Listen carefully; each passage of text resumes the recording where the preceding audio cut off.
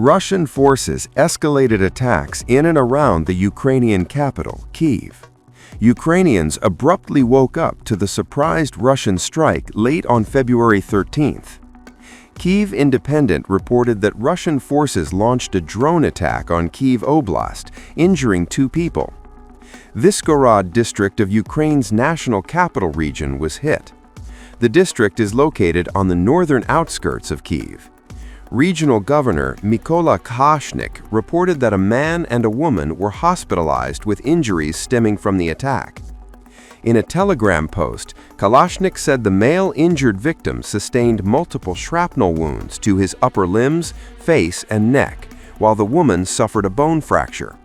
He also accused Russia of continuing to terrorize the civilian population of Kyiv Oblast.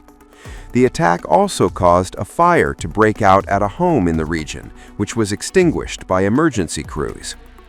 The latest attack on the capital region comes as Russia has intensified attacks on Kyiv and other Ukrainian cities over the course of the winter, targeting civilian and energy infrastructure across the capital. The attacks have severely damaged the country's energy grid and forced it to impose lengthy blackouts amid freezing temperatures. Many Kyiv residents have been forced to suffer through heating outages as temperatures reached -20 degrees Celsius in the past several weeks. The renewed attacks on Kyiv come as the U.S. intensifies diplomatic efforts aimed at brokering an end to Russia's war in Ukraine, which is nearing its 4th anniversary.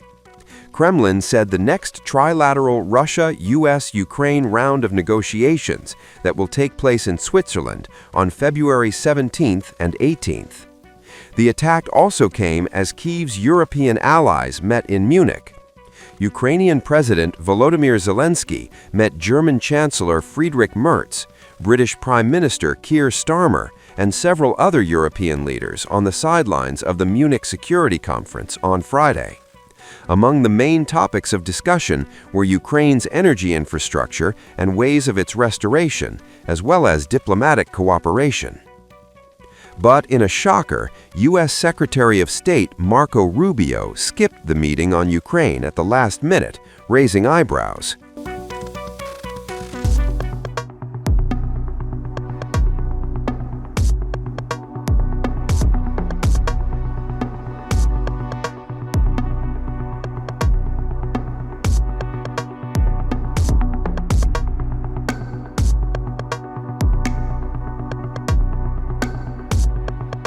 A surprise diplomatic twist, a sudden no-show, diplomatic shockwaves in Munich. U.S. Secretary of State Marco Rubio pulled out of a key Ukraine meeting at the Munich Security Conference at the last minute on February 13. The sensational claim was made by the Financial Times.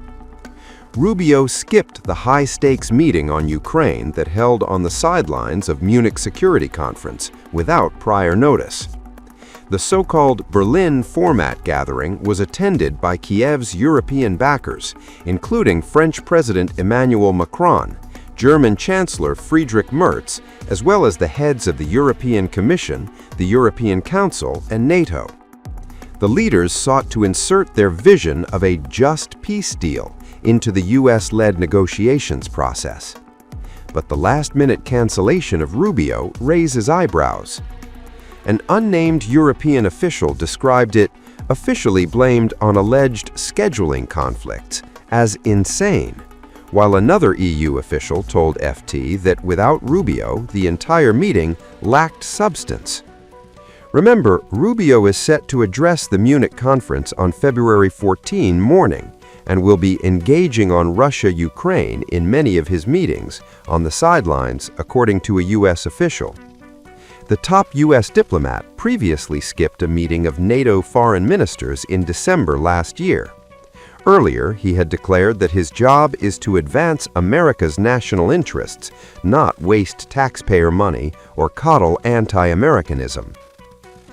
French President Emmanuel Macron told reporters the transatlantic relationship was in the midst of a great deal of uncertainty.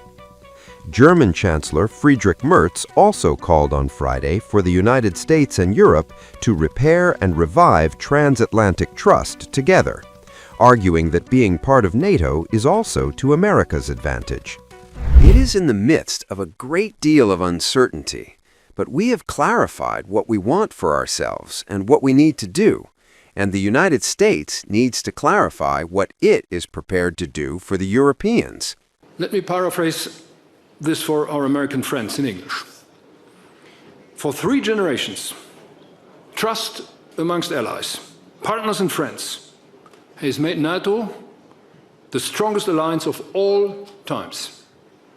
Europe knows deeply how precious this is. In the era of great power rivalry, even the United States will not be powerful enough to go it alone. Dear friends, being a part of NATO is not only Europe's competitive advantage, it's also the United States' competitive advantage. So let's repair and revive transatlantic trust together. We, the Europeans, we are doing our part. A deep divide has opened up between Europe and the United States of America. Vice President J.D. Vance said this here in Munich a year ago. He was right in his description. The culture war waged by the MAGA movement in the U.S. is not ours. Freedom of speech ends here when it turns against human dignity and the Constitution. We do not believe in tariffs and protectionism, but in free trade. And we stand by climate agreements and global health organizations because we are convinced that we can only solve global challenges together. Now, the transatlantic partnership has clearly lost its self-evident nature. First in the United States, then here in Europe, and probably also here in this room. The meeting on Ukraine comes ahead of the next trilateral Russia-US-Ukraine round of negotiations that will take place in Switzerland on February 17th and 18th.